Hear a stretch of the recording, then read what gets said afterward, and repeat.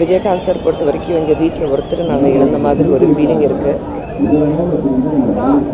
ஏன்னா நாங்கள் எப்போவுமே ஒரு ஷூட்டிங் ஸ்பாட்டில் இருக்கும்போதும் சரி, கொஞ்ச நாளைக்கு அவர் வீட்டுக்கு எதிரில் ஒரு வீட்டில் இருந்திருக்கேன், சாலி கிராமத்தில். அங்கே இருக்கும்போதும் சரி ஒரு பாதுகாப்பான ஃபீலிங் இருக்கும்.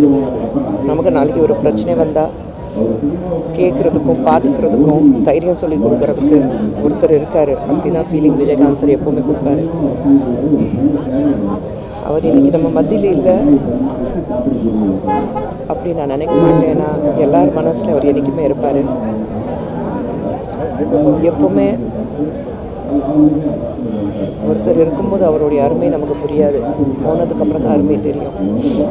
இன்றைக்கி இந்த கூட்டம் இங்கே பார்க்கும்போது நான் தான் சொல்லுவேன், இந்த கூட்டம் வந்து ஒரு மாபெரும் நடிகனுக்கோ இல்லை ஒரு அரசியல் தலைவருக்கு இல்லாமல் ஒரு நல்ல மனிதர். அப்படின்னா நீங்கள் இண்டஸ்ட்ரி மட்டும் இல்லை, வெளியில் யார்கிட்ட கேட்டாலும் ஒரு உண்மையிலே ஒரு நல்ல மனிதர், ஒரு தங்கமான மனுஷன் அப்படி யாராவது கேட்டாக்கா கேப்டன் தான் சொல்லுவோம். இந்த கூட்டம் வந்த அந்த கேப்டனுக்கு, அந்த ஒரு தங்கமான மனுஷனுக்கு தான் இந்த கூட்டம் வந்திருக்கு. இங்கே விடுற ஒவ்வொரு கண்ணீரும் வந்து உள் மனசுலேருந்து விடுற கண்ணீர்.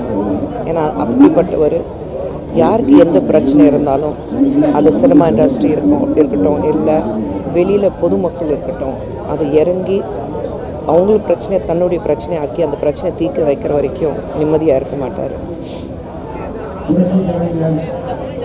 ரொம்ப பர்சனல் லாஸாக இருக்குது எனக்கு இது. நான் சினிமா மட்டும் இல்லை, அவர் நடிகர் சங்கத்துடைய தலைவர் இருக்கும்போது அவர் கூட நான் வேலை பார்த்துருக்கேன்.